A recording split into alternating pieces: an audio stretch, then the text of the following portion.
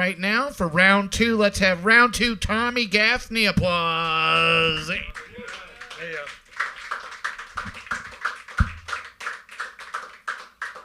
Still Steven. This is a Northwest Portland poem. Northwest 23rd poem. Yeah. Anna Anastasia was great at the register. When the manager was out on 23rd looking for lunch, she orchestrated sales that made her giggle. Like, for the next 20 minutes, everything orange in the store is 20% off. Like, tell me about your most recent nervous breakdown, get 15% off. Like, give me a quote from Priscilla, Queen of the Desert. She wielded the store loudspeaker like a proper 3rd Street MC. Anna Anastasia wore her tattoos like costume jewelry. Fading stitches from her upper lip paw prints from her right temple down to somewhere inside her blouse, the meaning close but hard to pin down. I wear my particular metaphors on my forearms. Sanatoria is plural for sanatorium. Insanity is plural for lapses in reason when they become too frequent to be called momentary. Punch drunk is plural for pretending every throttle is part of the plan. Anna Anastasia always wanted dominoes back in the storeroom, 3s and 5s and Lone Star 42.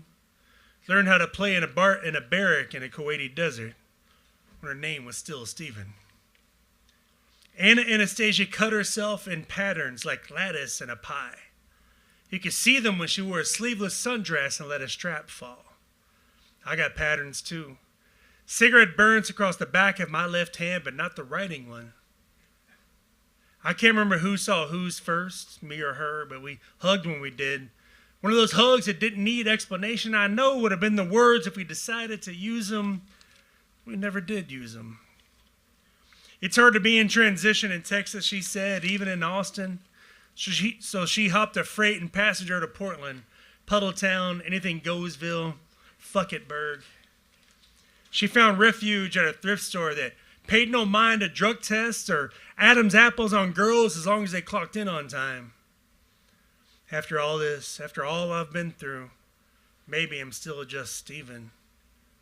We were drunk, and that's how the good times went for her sometimes. Our backpacks full of cheap first finds we had priced ourselves and canned goods from the donation barrel.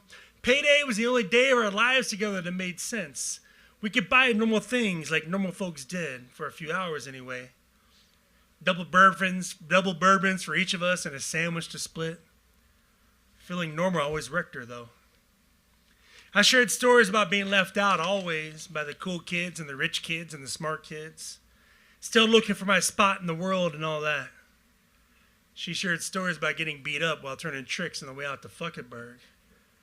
It's not a contest, I told her, but Anna, darling, you might be the toughest broad I've ever met. Thank you. Appreciate it. Tommy Gaffney, everybody. Thank you, brother.